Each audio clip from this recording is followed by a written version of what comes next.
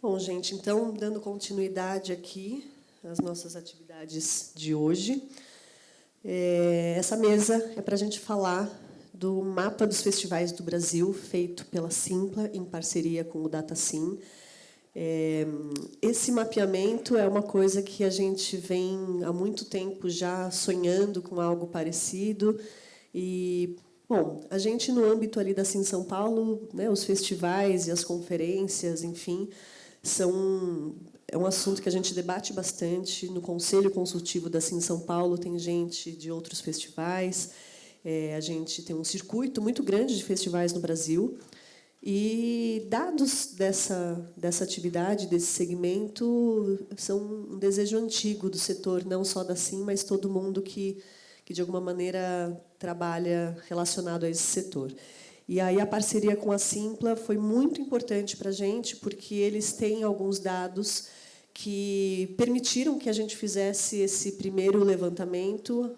Depois a Carla vai falar um pouquinho melhor, mas é um levantamento feito a partir da base de dados da Simpla, com alguns outros dados abertos, com informações públicas relativos a outros festivais, mas que parece uma coisa bastante trivial, só filtrar um resultado de uma base de dados, mas não é bem assim, a coisa é mais complexa, né?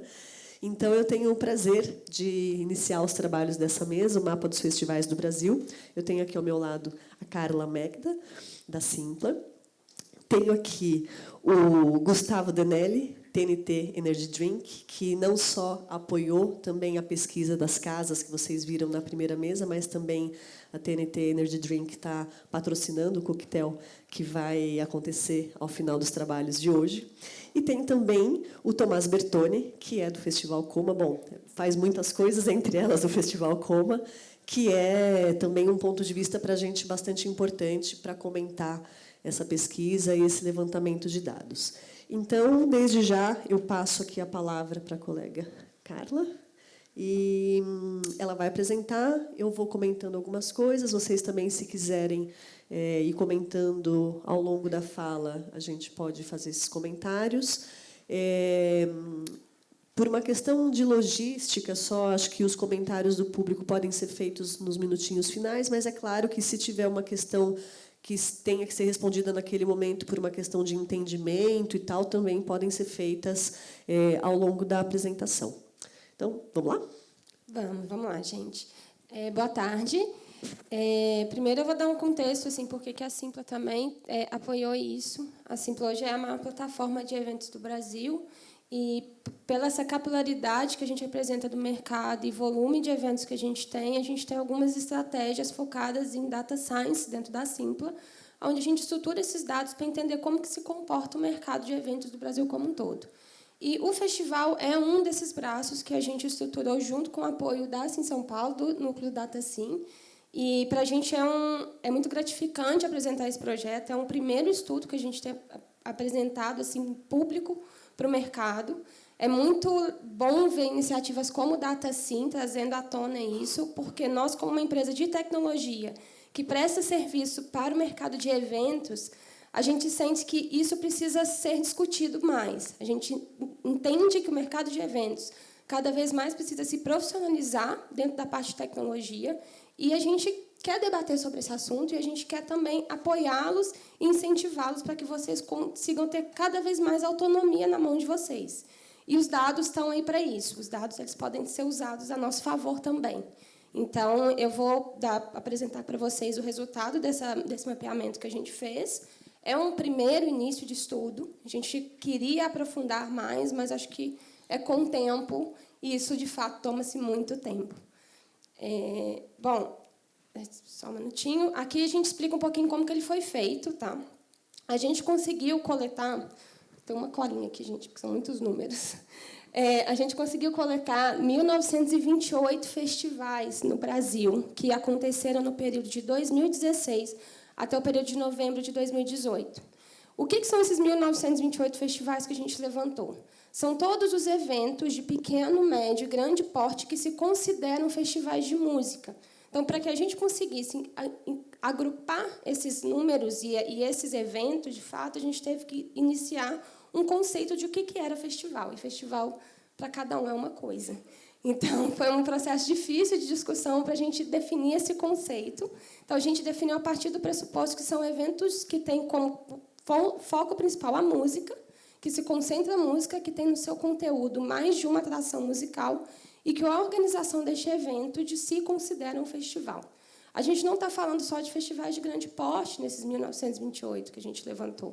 Tem eventos de pequeno porte também, tem festivais de pequenos portes, que acontecem nos interiores, que muitas vezes ele não é visível para a gente que está aqui em São Paulo e o tempo todo vendo só grandes eventos na nossa frente. Dentro desses 1928, 1.792 desses festivais, a gente conseguiu aprofundar um pouco mais nas pesquisas, tá? Que a gente trouxe também um número levantado de ticket médio e presença de público. A gente não conseguiu ter acesso a todas as informações de 1928, mas o que a gente conseguiu, a gente agrupou aqui. Bom, que eu já falei um pouquinho do conceito, o que a gente está falando dessa quantidade, tá? Um ponto importante para a gente considerar aqui, esses números que a gente trouxe, eles foram considerados a público que retirou o ingresso. Pode ser que esses festivais tenham outro tipo de controle de acesso também, de retirada de ingressos. Pode ser que esses festivais tenham uma bilheteria ali própria que não está necessariamente dentro de um site de venda de ingressos ou de retirada. Isso a gente sabe que acontece muito na prática, então esses números são baseados no que, de fato, foi retirado pela plataforma ou por números públicos que a gente conseguiu acesso com esses produtores. Bom, deixa eu passar para cá. Tá lá.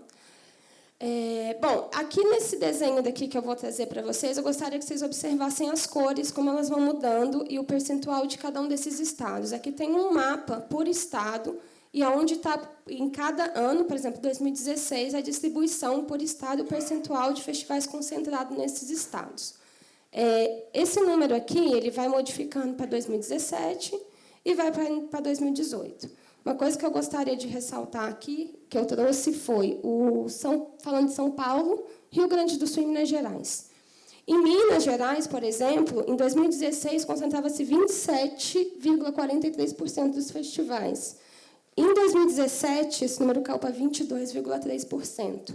Em 2018, para 19,2%. Então, o porquê que esse comportamento aconteceu, a gente não sabe. Por outro lado, São Paulo cresceu de 28% em 2016 para 34,5% dos festivais concentrados em 2018. E o Rio Grande do Sul também teve uma queda de 2016 para 2018. Em 2016, ele apresentava de 6,19% e 2018, 4,5%. Tem outros estados aqui que a gente considera mais, que a gente pode olhar como que está melhorando esse posicionamento dos festivais, como o Nordeste, por exemplo, mas o percentual, a diferença é pouca, mas o montante como um todo, no número dos festivais, ela é alta. E esses números depois vocês podem baixar a pesquisa no site do Data5, vai ficar mais claro para vocês olharem isso. E aí aqui a gente tem um comparativo de festivais pagos e eventos e festivais gratuitos também por ano, de 2016 a 2018. Um ponto importante é que dobrou quase mais de 100% de 2016 para 2018 a quantidade de festivais pagos no Brasil.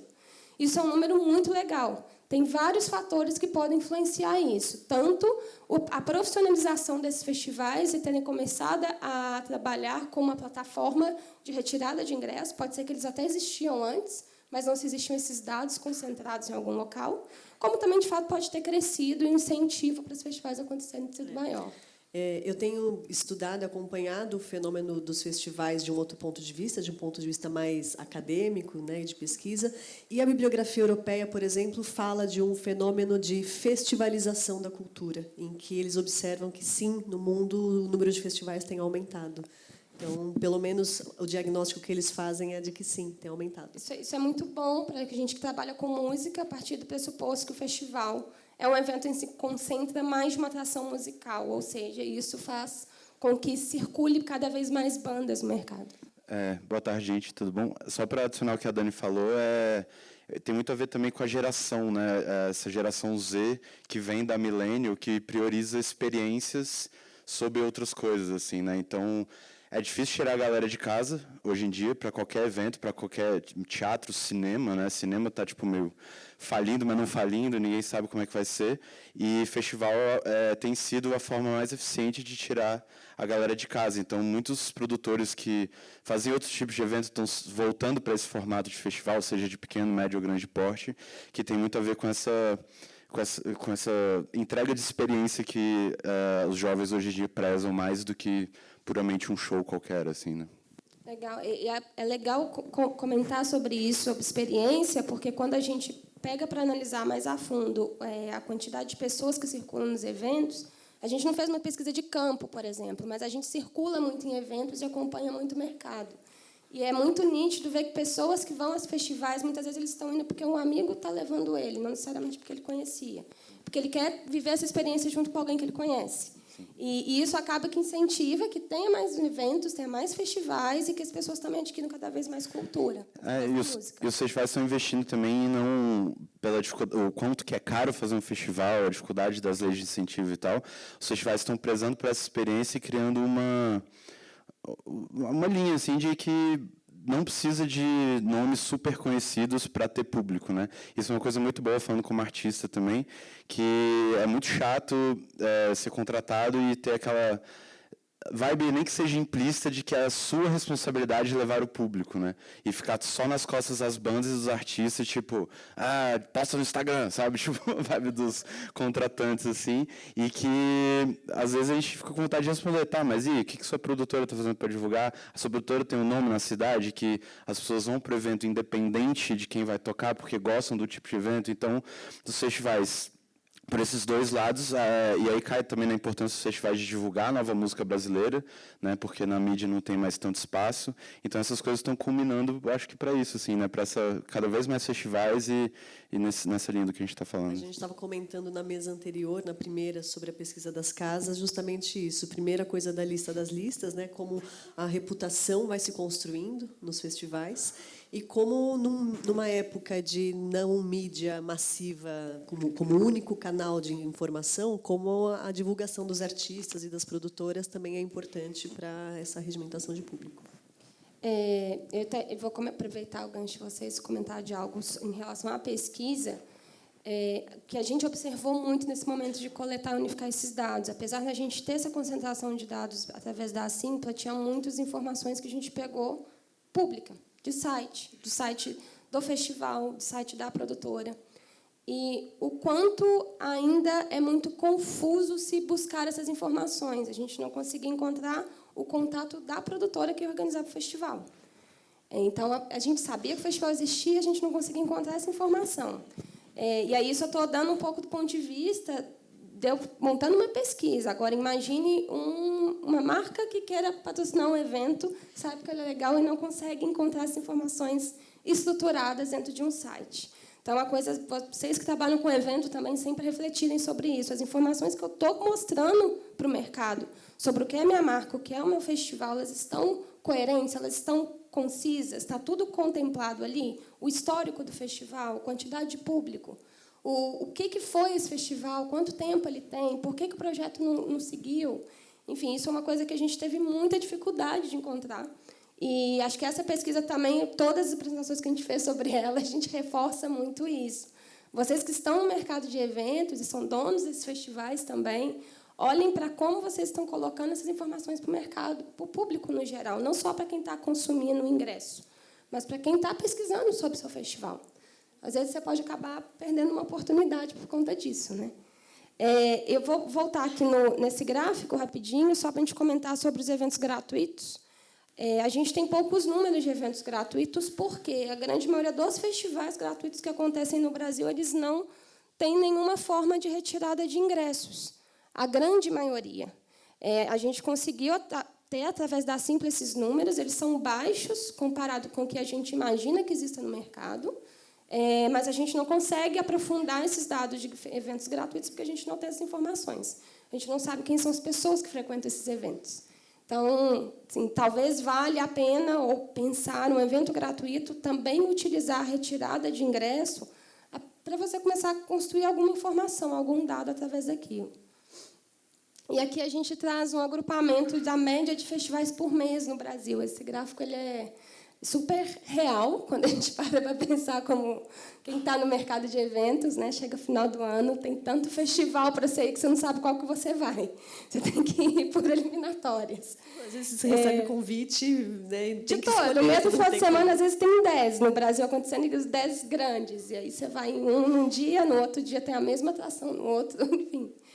Ele é bem interessante. Se você pegar essa parte rosa, gente, que está do gráfico embaixo, ela é referente só ao ano de 2018. E a parte em azul ela é o agrupamento de 2016 a 2018, para ficar mais claro.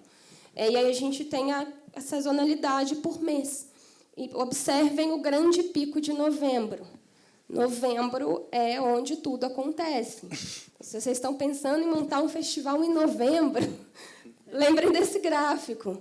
E a gente estava discutindo, assim, vem muita discussão nessas mesas, por que isso acontece. E tem várias coisas que podem influenciar. Pode ser a questão de clima, final de um ano, não chove. Quando a gente pega esse recorte por regionalização também, ela é um pouco diferente. Pode ser por conta de patrocínios. Foi um tema que o pessoal levantou, que acho que isso pode ser que influencie bastante também. E pode ser por um mero tema de eventos sazonais. Vocês podem perceber que fevereiro, por exemplo, é o segundo mês que menos tem eventos. Obviamente, as pessoas concorrem com o carnaval.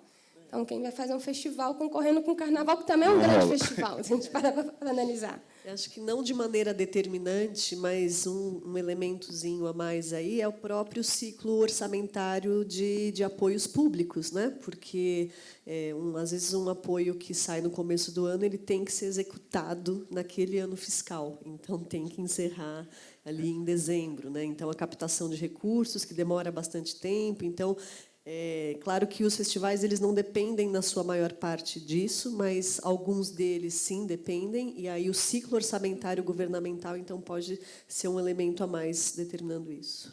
E no nosso caso, enquanto empresa também, né, a época de planejamento normalmente acontece por volta de setembro, outubro, daí tem revisão em novembro, a validação em dezembro, e aí quando a gente vai de fato prospectar esses eventos, janeiro e fevereiro tem esse período de carnaval que é muito forte, e aí a gente também começa a ver realmente que o segundo semestre é quando a gente consegue botar de pé, do nosso lado, viabilizar esses projetos, porque hoje a gente entende muito também, pautado nessa questão da experiência, que fechar por fechar um evento ou um festival não vai trazer muito para a marca. Então, a gente tem que ter um tempo de planejamento também para pensar na ativação, o que a gente vai fazer, quais são as ideias que a gente pode contribuir, colaborar.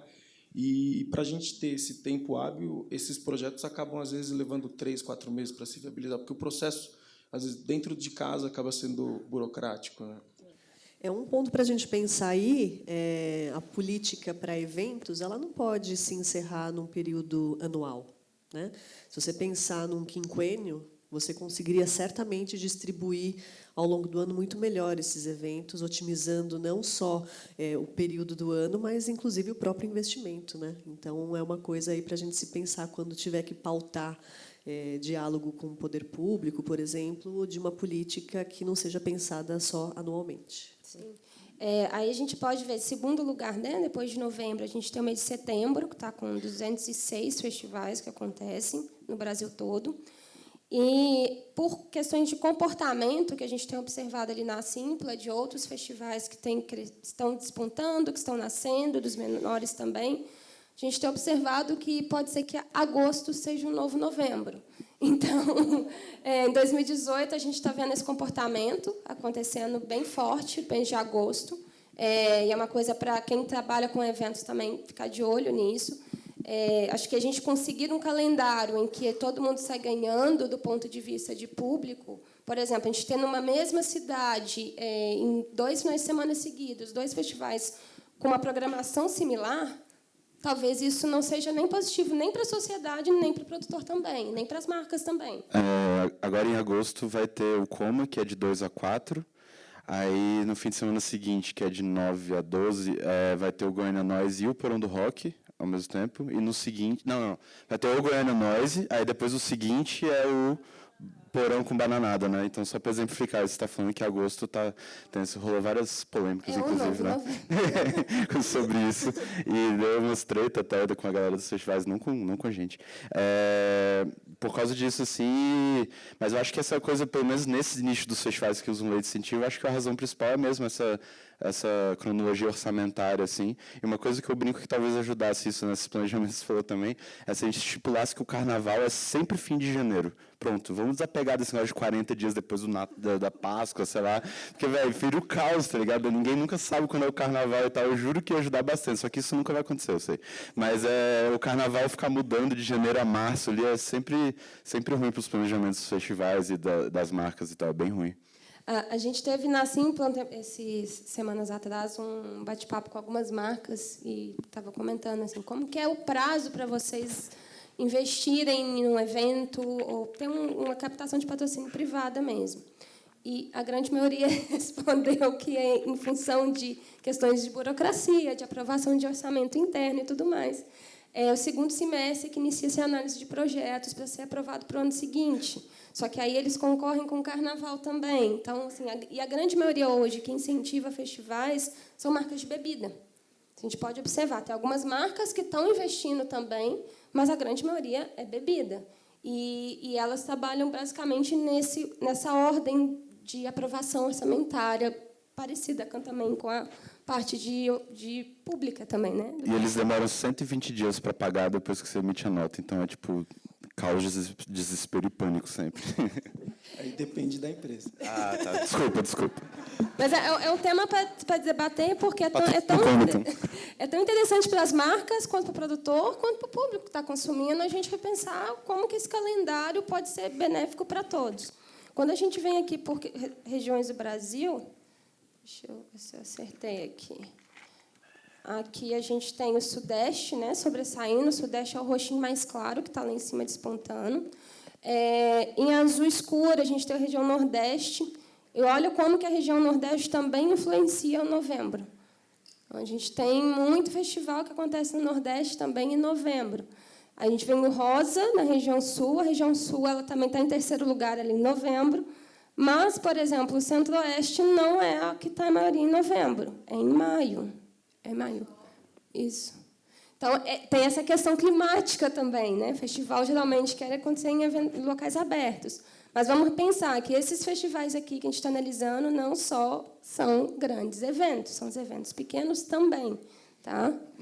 É só um comentário sobre o Nordeste, que lá também tem uma dificuldade que, enfim... Eu nunca fiz evento no Nordeste, mas que a galera comenta que, além de todas as questões que a gente está falando, o Nordeste ainda tem a questão que dezembro, janeiro e julho, e fim de junho, começo de agosto, as passagens são muito caras, porque com as férias, né? Uma passagem no Nordeste, essas épocas, às vezes é mais caro do que passagem para os Estados Unidos, assim. Então, além de tudo isso, o Nordeste ainda meio que perde uns 4 meses no ano por causa dessas passagens. Não tem como você levar 20 bandas para o Nordeste nessa época, é muito caro, enfim.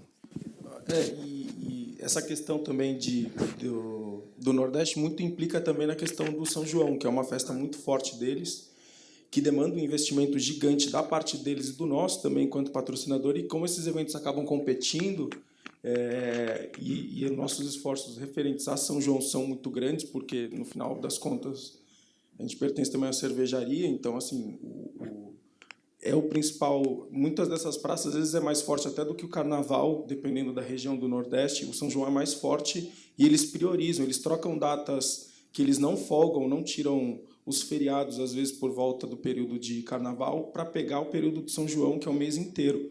Então, isso também acaba empurrando os festivais de música para um período um pouco mais para frente. Até porque, do nosso lado também, enquanto braço e bolso também, esse período já está todo comprometido com essas festas regionais, que são temáticas muito importantes que a gente também gosta de estar presente, né? Agora, assuntos subjacentes aqui, essa coisa da sazonalidade. Primeiro, dá para, olhando ali, programar um bom ano sabático de festivais pelo Brasil, né? Agora, sabendo aonde eles se concentram em cada época do ano, dá para ir fazendo um tour, né? Uma road trip pelo Brasil, pelos festivais. E, assim como na primeira mesa, essas informações são super importantes, por exemplo, para a circulação artística, né? para artistas gringos que querem vir tocar no Brasil, que é, para a gente internacionalizar carreiras aqui no Brasil, a gente tem que fazer intercâmbio, né? Então, para o artista brasileiro sair, é necessário também que o Brasil, que aos olhos do mercado internacional, o Brasil é um país que recebe pouca gente, porque eles falam que a gente consome muita música brasileira, e é verdade. Então, a gente também, para exportar mais talentos, exportar mais artistas, significa que a gente tem que receber mais também. E aí esse tipo de informação é fundamental para que se planejem tours e se otimizem tours. Eu tenho viajado e apresentado as pesquisas do DataSim por aí, e essa informação, tanto de casas noturnas quanto de festivais, é uma das que causa maior interesse. Legal. Vamos planejar um ano sabático aí nos festivais também. Eu acho que essa circulação de público ela é super importante também, porque, além de tudo, ela movimenta o turismo e a economia de cada capital, que acho que é um tema que o DataSim tem muito interesse em levantar esses números, o quanto que as pessoas do estado de São Paulo, de fato, movimentam lá no Nordeste no mês de novembro. Isso é muito massa. Uma estatística de os festivais, quantos % do público é de fora da cidade, né? Que isso é até um ponto importante para as leis de incentivo. Assim, se você fala que vai incentivar turismo, é um ponto forte. O Coma mesmo não é da Secretaria de Cultura, né? É da Secretaria de Turismo. Então, a gente tem essa demanda clara, assim, e está aumentando aos poucos. Eu queria lembrar quantos % é do Coma, mas acho que é 7 ou 8% já é de fora. Então, seria legal sacar isso também. Eu vou aproveitar aqui o gancho para falar que o DataSim, a gente está pensando nisso, e em breve vocês, né, quem foi para Sim São Paulo ano passado, vai receber um questionário, peço que todo mundo responda, onde a gente, entre outras coisas, pergunta isso, quem é de fora, quem é daqui, hospedagens, enfim, para a gente não só calcular impacto econômico, mas para a gente calcular quanto que determinado evento e determinada cidade é potencial de atração, né, de público. E esse é um dado fundamental para que se consiga patrocínio, planejar eventos de uma maneira mais organizada, enfim. E a gente também vai ter essa metodologia disponível para qualquer evento que queira fazer isso. O DataSim oferece esse serviço. Em breve, a gente vai lançar isso com a Sim e vai estar disponível, então, para a gente fazer para qualquer evento. Legal.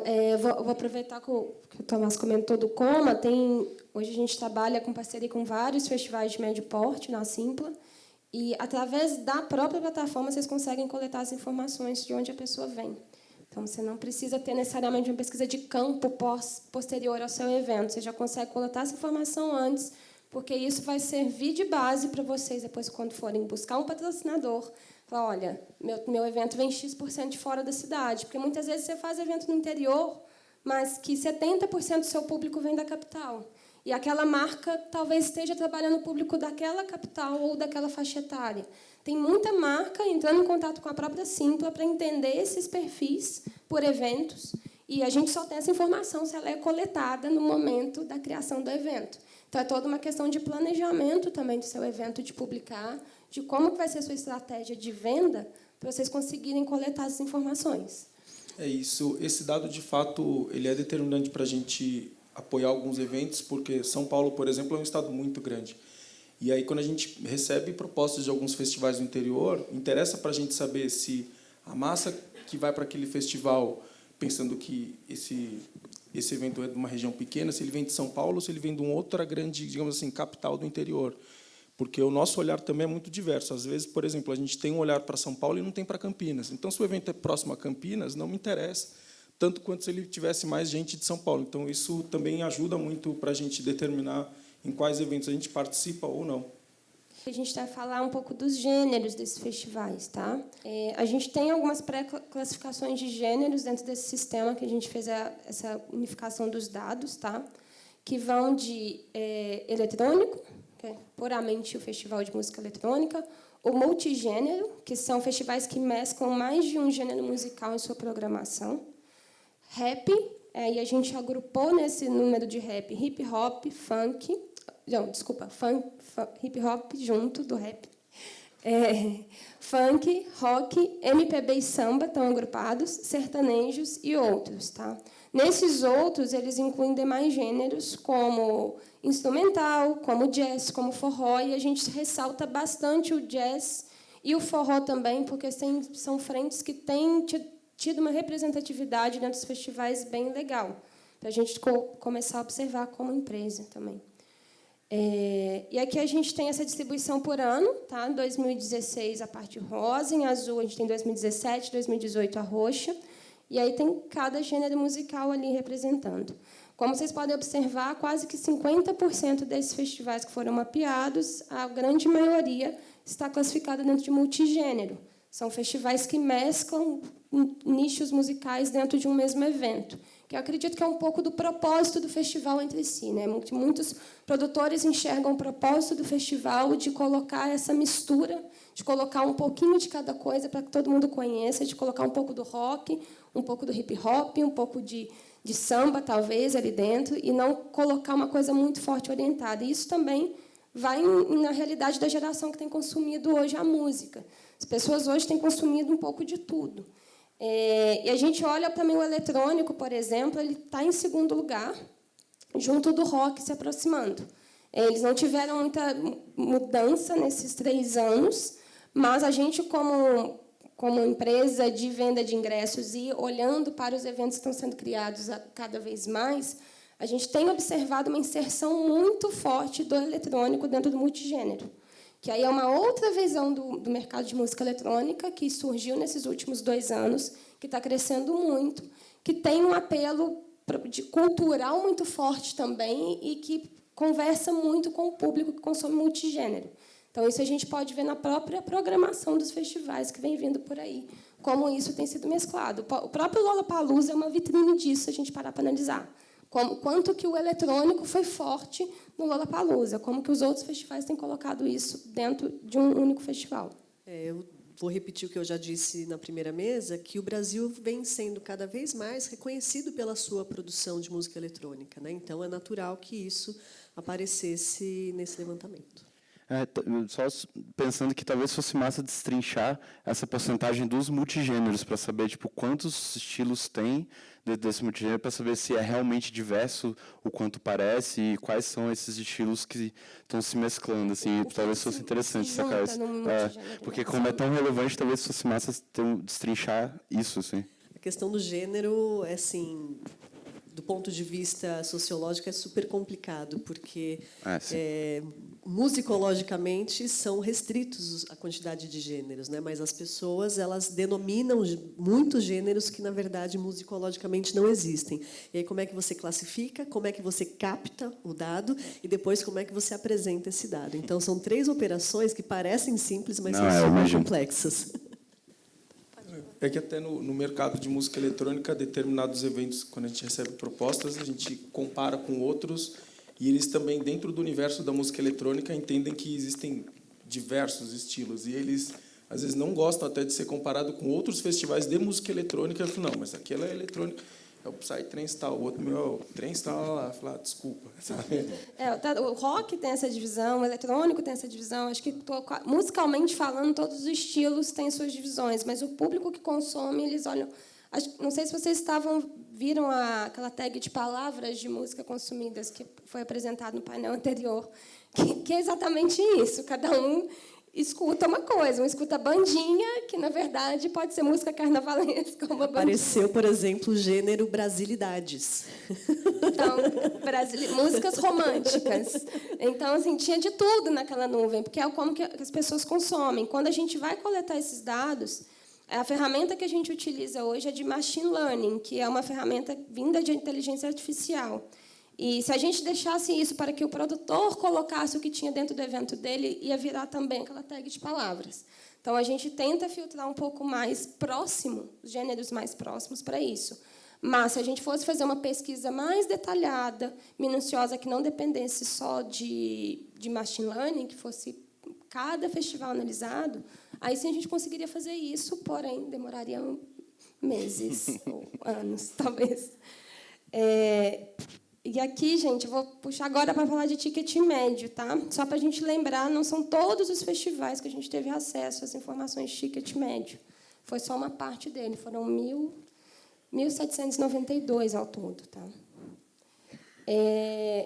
Desculpa aqui, eu vou reforçar mais uma vez que muitas vezes o pessoal coloca isso como verdade. E não é uma verdade, tá? São números próximos. Na verdade, o que a gente traz aqui de dados não são verdades, não significa que, bom, agora todos os eventos vão acontecer em novembro. Não é isso. A gente está trazendo um mapeamento de um recorte específico daquele mercado para que vocês façam perguntas cada vez mais e entendam como que isso pode influenciar o evento de vocês.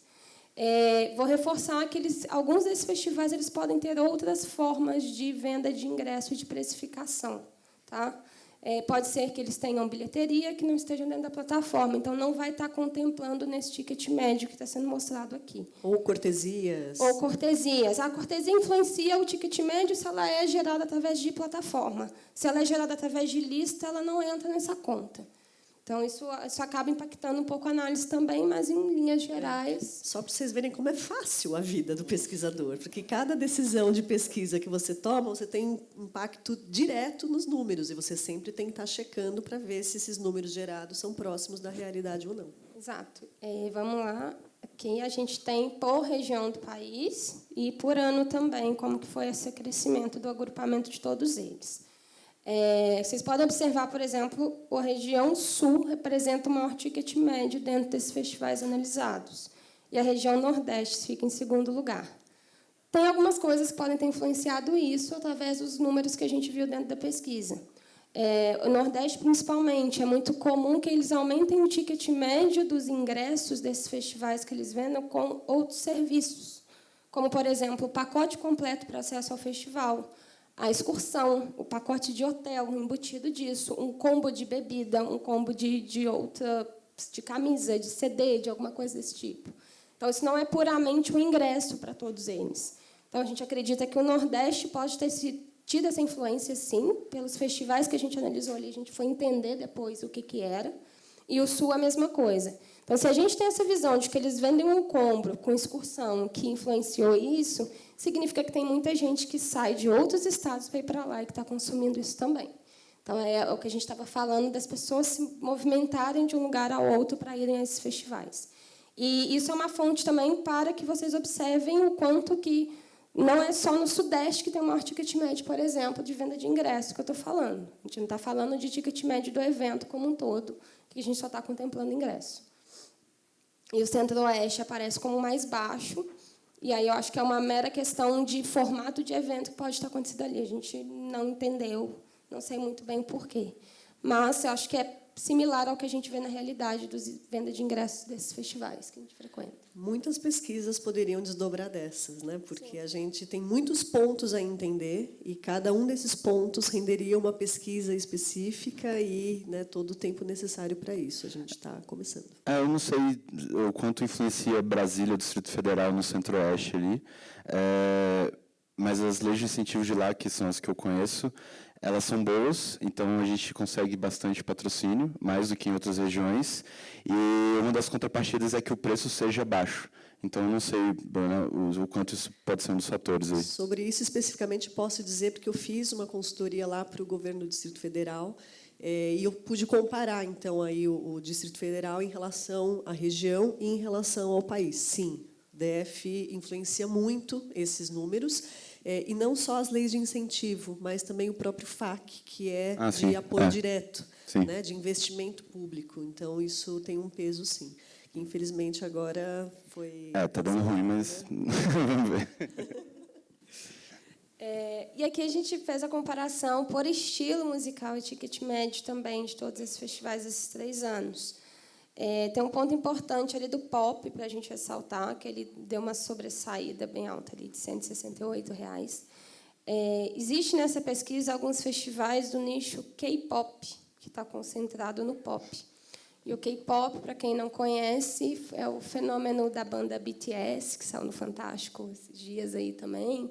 Enfim, são artistas que vêm do exterior também para cá, e isso aumenta o ticket médio. E eles aumentam muito o ticket médio de ingresso também, fazendo meet and greeting com essas bandas.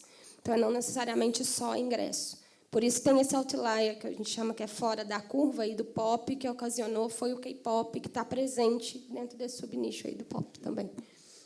E tem algum outro que eu teria que comentar aqui, que eu anotei aqui? Não, acho que era só isso mesmo.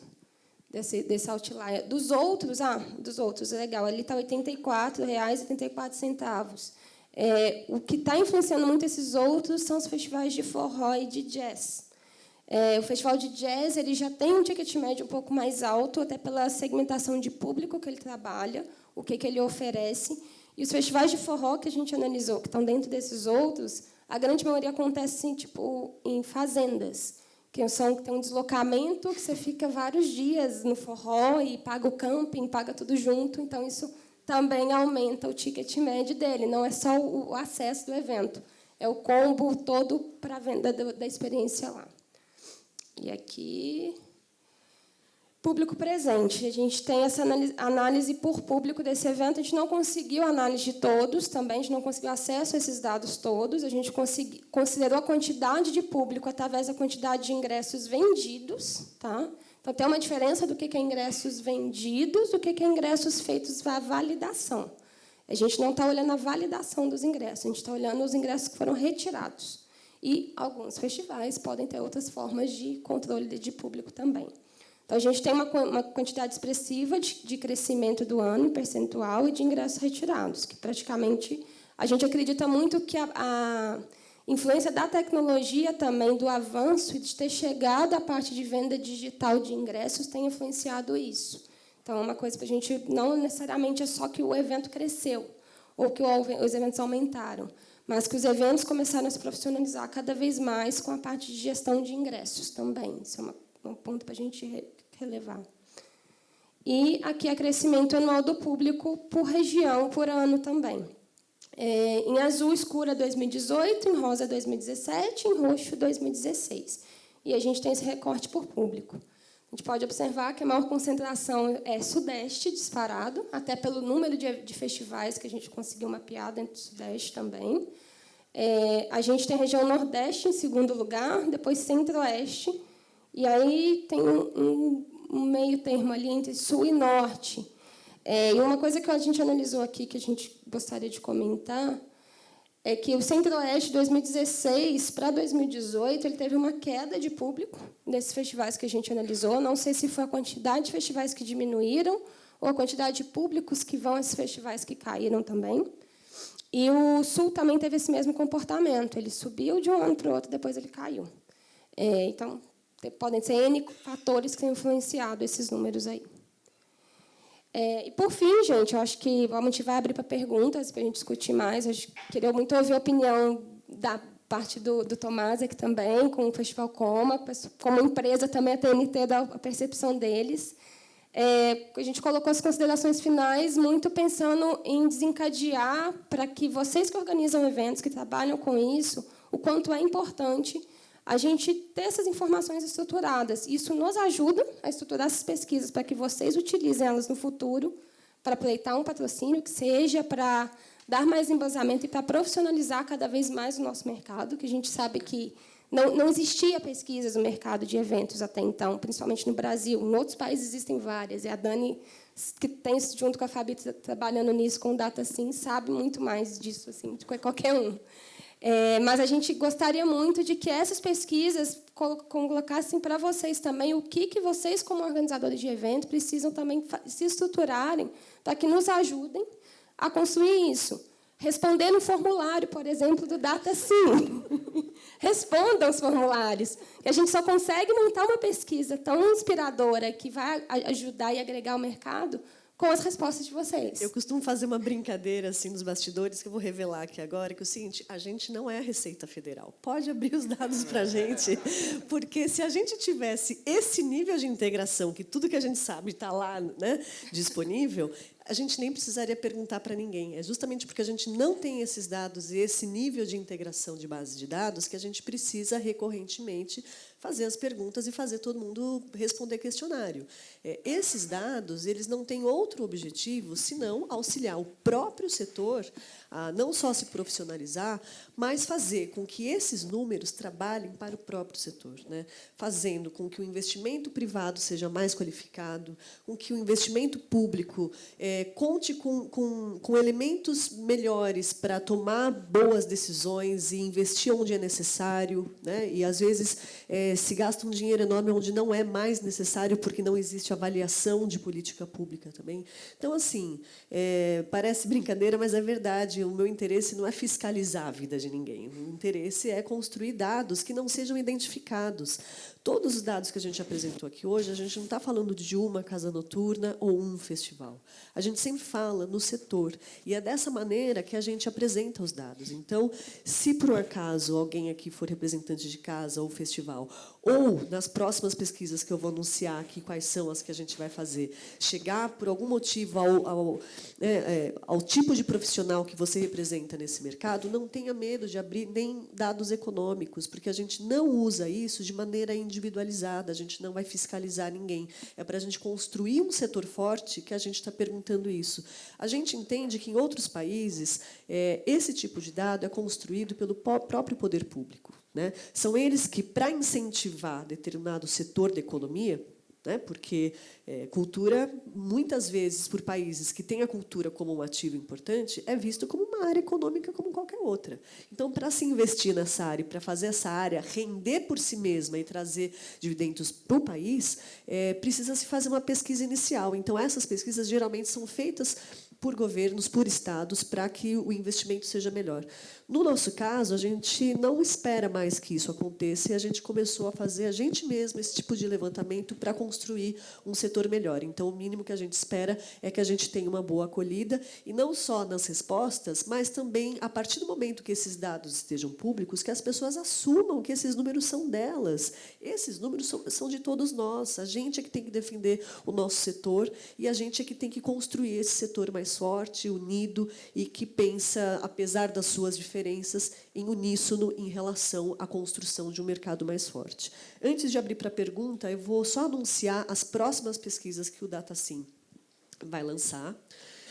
Ainda está em aberto a pesquisa de participação feminina no mercado musical, que é, inclusive, o tema da próxima mesa. Eu não vou falar mais, porque na próxima mesa a gente vai ter a oportunidade de discutir bastante.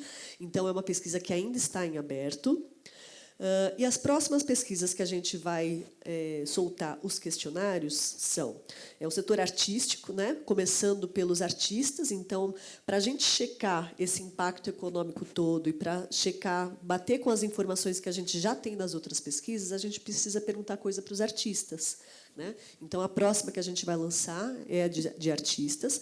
E também uma próxima que a gente vai lançar é a continuidade dessa pesquisa aqui, que é a parte 1 do mercado de São Paulo, né? Seria a parte 2, que é composta por festivais e festas e coletivos, porque a gente entende que a música ao vivo não está só nas casas, mas ela está nos festivais e também nas ruas. E como medir a música ao vivo que está nas ruas e que não está nas estatísticas? Se as casas de música ao vivo não estão nas estatísticas, imagina as festas, né? Então, é esse trabalho que a gente vai lançar proximamente. A gente conta com vocês não só para responder, mas também para divulgar. Se chegar o link para vocês, passem para os amigos e vamos passar essa palavra do bem. Tá? Então, agora eu abro para as perguntas. A gente tem... Não sei se os meninos queriam fazer algum comentário. Vamos lá. Não, acho que, por mim, a gente abre pergunta logo, que já está acabando o tempo. Aí, enfim. Não, é só um dos dados mais interessantes que a gente percebeu aí de fato na prática. Alguns produtores de eventos que a gente já tem contrato migraram do segmento de festas, principalmente no cenário de música eletrônica, e foram para o festival, porque eles também perceberam que não só eles conseguem agregar ticket médio maior para o evento deles, porque a jornada do evento é mais longa, eles conseguem prospectar mais patrocinadores, porque dentro do segmento da festa está restrito a um foco só, que muitas vezes é o DJ, aquela atração, e não tem, às vezes, espaço suficiente até para você ter outros acontecimentos rolando naquele momento, ativações, né? Então, e para a gente também é muito mais interessante os festivais do que festas, porque normalmente, isso não é regra, mas eles englobam um número maior de pessoas que estão em jornadas diferentes dentro do evento, tem gente que acabou de chegar, então ele está ávido para informações e de saber quais são as ativações. E eu vejo isso muito, por exemplo, quando eu vou ao Lola, por exemplo, que tem gente que chega às 14h, roda todas as ativações e depois vai curtir os shows. Tem gente que chega às 6, 7 horas da tarde e vai fazer essa mesma jornada. Então, para a gente é interessante, enquanto marca, porque a gente tem pessoas o tempo todo circulando em ativações, em momentos que a gente pode interagir com elas, seja no final no início, no meio, enfim, no final também, de oferecer experiências diferentes, dependendo do momento que o cara está, até de cansaço, de oferecer, às vezes, um lounge, uma massagem, coisas simples que você se mostra simpático a ele. E do lado, então, desses produtores, eles perceberam que eles não só contavam com a gente, porque nós, enquanto indústria de bebida, estamos em todos esses eventos, sejam eles festas ou festivais, mas os festivais permitem que outras marcas que não entram nas festas estejam também nesses eventos. Então, é uma oportunidade diferente e mais interessante, e também da gente conversar com um público mais diverso, porque festa restringe muito mais a um estilo musical só, o que limita muito o segmento de público. E enquanto o festival, por ele ser plural, e como a própria pesquisa apresentou, em termos de estilos musicais, eles são maiores, né, permite com que a gente tenha contato com pessoas diferentes, faixas de idade diferentes, uma série de coisas assim. Bom, então, acho que podemos começar com as perguntas. Temos perguntas? Eu não consigo enxergar por causa da luz. Tem um lá ali, no fundo, ó, no último. Enquanto o microfone chega até lá, queria falar que essa pesquisa, assim como a da primeira mesa, está disponível no site do DataSim, www.datasim.info, e é o mesmo reporte apresentado aqui, é só baixar. Boa tarde a todos e a todas presentes da Hora pela Iniciativa, falar de música. Eu sou o Cocão Voz, sou rapper e poeta, morador do Jardim São Luís há 22 anos, e tem uma pergunta, acho que para geral que está aí, tipo, porque se fala muito na música, nesses grandes eventos e tal, e eu queria saber se tem alguma ideia de divulgar essa transmissão da música dentro da periferia. Por quê? Porque eu trabalho com rap, mas eu não só foco no rap, né? A minha ideia é que, através do rap, os alunos das escolas e das comunidades se inspirem a fazer outras coisas também, não só dentro do rap, do hip-hop. Se tem alguma política de continuidade desse projeto do DataSim, que é focado, né, em formação de público, porque se fala muito do artista. E eu me preocupo assim, quem vai ouvir essas músicas? Para quem são essas músicas? Qual é o intuito dessa música?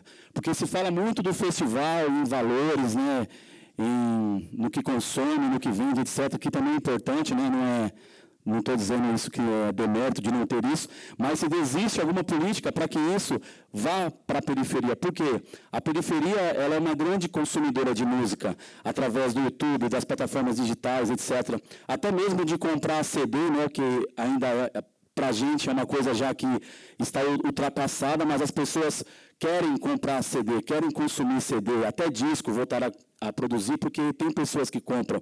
Então, a pergunta é se existe uma preocupação também em levar essa ideia que está aqui para a quebrada, né? Até sei que dia 27 é isso, né? Vai estar lá na fábrica de cultura do Jardim São Luís, eu moro do lado.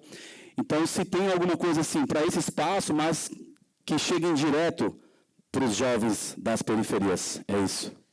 Você acabou de pegar o gancho da onde eu ia começar a responder.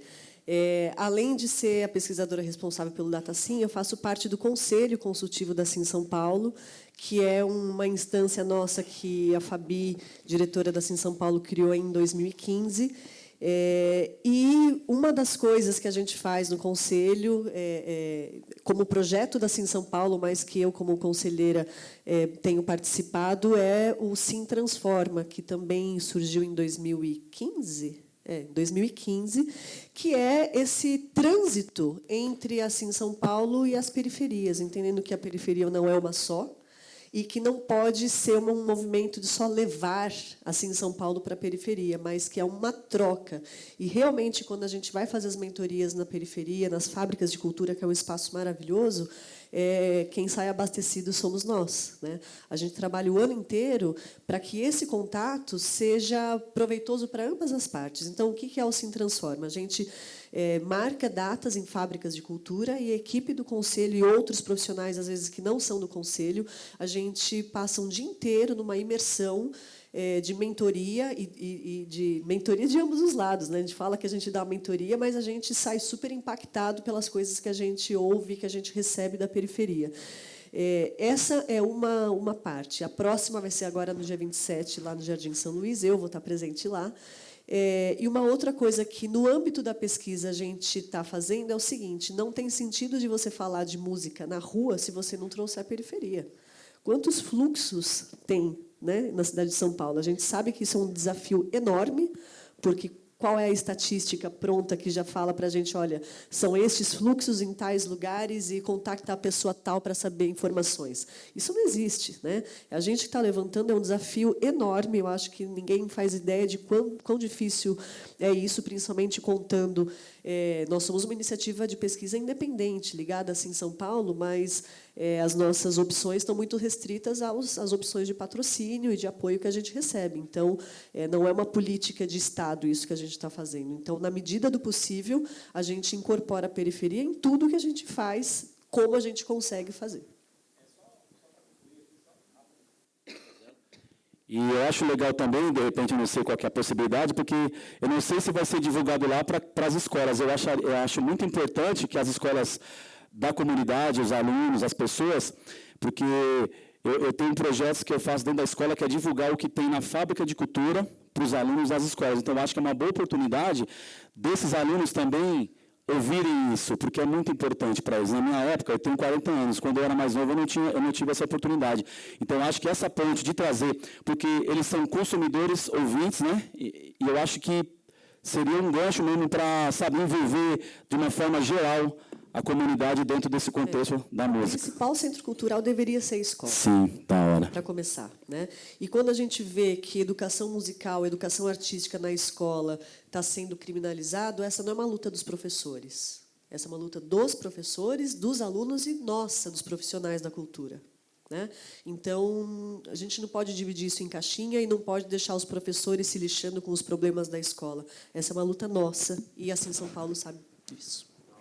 Para completar aqui o que a Dani estava falando, sempre quando a gente vai para a periferia, a gente não vai do nada, assim, a gente não vai achando que a gente sabe tudo e vai lá ensinar. Sempre tem um processo antes de conexão e de entender o que a galera de lá quer. Então, antes de formatar algum evento, algum projeto, qualquer coisa, a gente vai antes e escuta os coletivos e a comunidade local. Essa conexão é o apoio da Poieses, das fábricas de cultura. E depois as fábricas também dão a estrutura para a gente chegar lá. Né? Então, tem uma mistura, a gente chama disso, assim, de conexão mesmo. E depois a gente pega muito do que a gente conhece lá para trazer para Assim São Paulo no final do ano. Né? Então, a programação do Assim São Paulo está cheia desse conteúdo que a gente descobre o ano inteiro. Quanto à pesquisa, a ideia era ter começado a pesquisa com a periferia junto com as outras. Então, você vai falar de espaço para shows? Faz também com a periferia. Só que logo a gente descobriu que não era tão simples. Periferia é outro universo. Então, a gente não conhece esse universo. Então, o primeiro passo que a gente fez foi ir, de novo, falar com alguns coletivos, alguns representantes, alguns articuladores, e perguntar para eles como é que funciona aqui. Com quem que a gente tem que falar? Quais são os agentes? Quais são os movimentos que estão acontecendo aqui? Para que a gente vá agora pesquisar nos lugares certos. E a gente precisa de ajuda. Se você depois quiser colaborar, é só falar com a gente. A gente tem que ser bem rapidinho, tá? Porque a gente tem 2 minutinhos para encerrar. Então, vamos lá.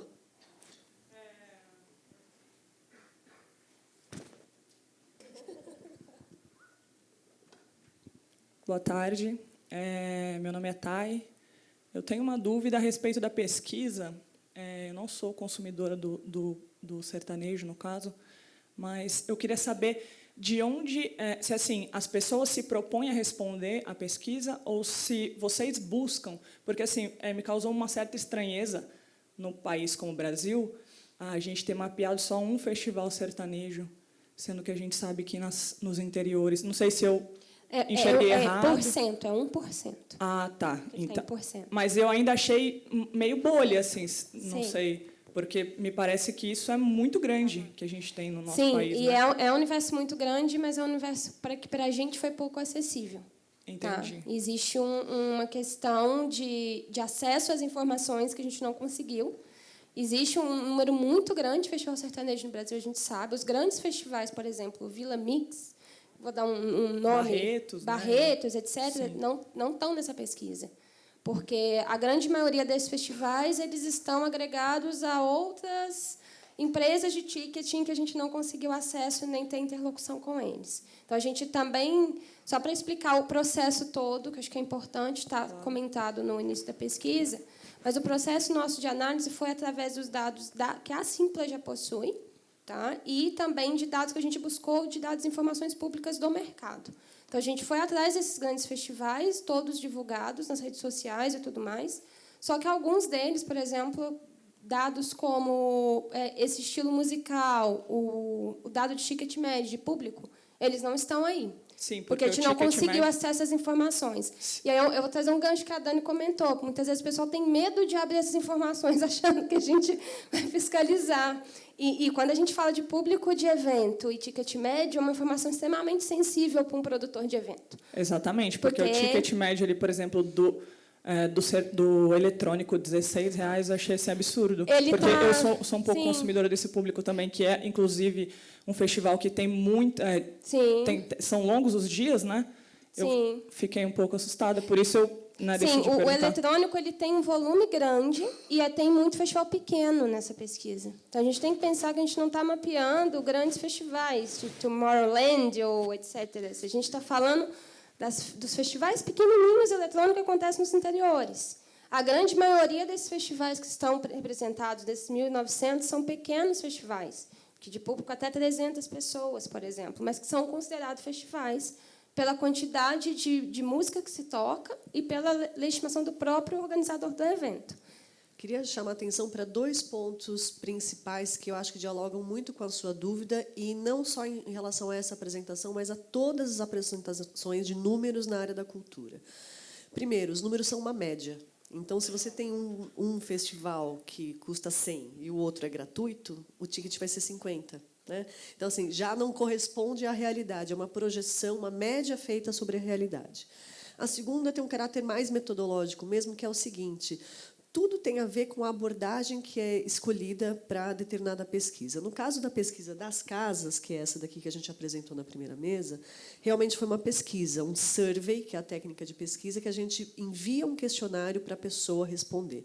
Nesse caso, não foi feito através de um survey, é uma base de dados constituída por eventos já produzidos, vendidos através da Simpla, e outros que, além do esforço de você filtrar da base de dados, eles tiveram o cuidado de pesquisar festivais que tinham sites e dados abertos.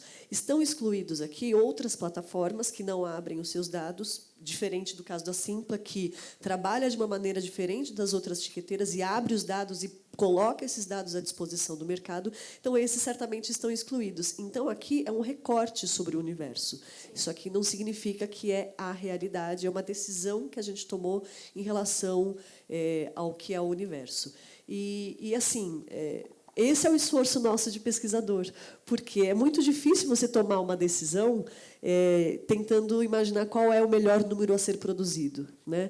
É claro que o melhor número seria entrevistar todo mundo de todos os festivais, mais cruzar com as bases de dados de todas as tiqueteiras, mas quanto tempo demoraríamos até você sensibilizar todo mundo? Quando o investimento seria necessário? Quantas pessoas seriam necessárias? Então, a gente toma decisões baseadas no número que a gente precisa levantar e nas condições que a gente tem para levantar esses números. É uma excelente pergunta que eu convido a todos, a qualquer número que tiver disponível, vocês chequem no começo da apresentação do dado para saber qual é a abordagem metodológica da pesquisa, para saber, então, interpretar que tipo de dado a gente tem na mão.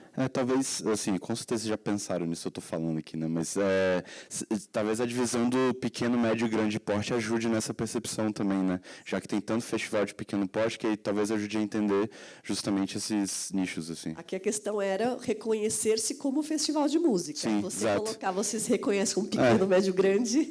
Não, mas eu defini, assim, até 500 pessoas, até 2.000, mais de 5, sei lá, coisa assim. A gente tem um cuidado muito grande do que também de dados a gente abrir, porque a gente é uma empresa que a gente lida com informações dos produtores. Então, a gente tem que tomar cuidado do quanto que a gente pode abrir, de fato, para o mercado.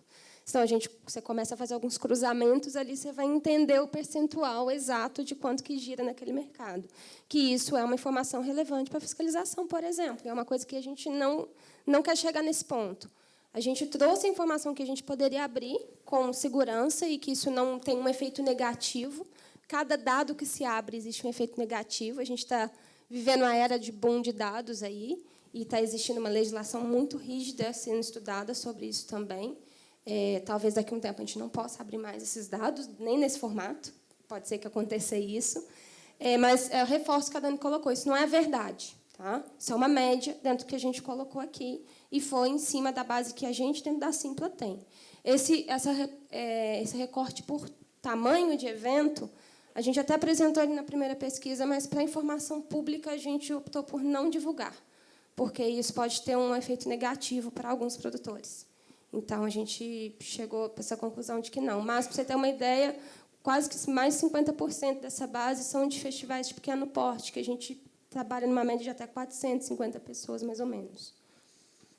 Pessoal, eu vou ter que encerrar a nossa mesa, porque a gente tem que ter um respiro antes de ir para a nossa última mesa do dia.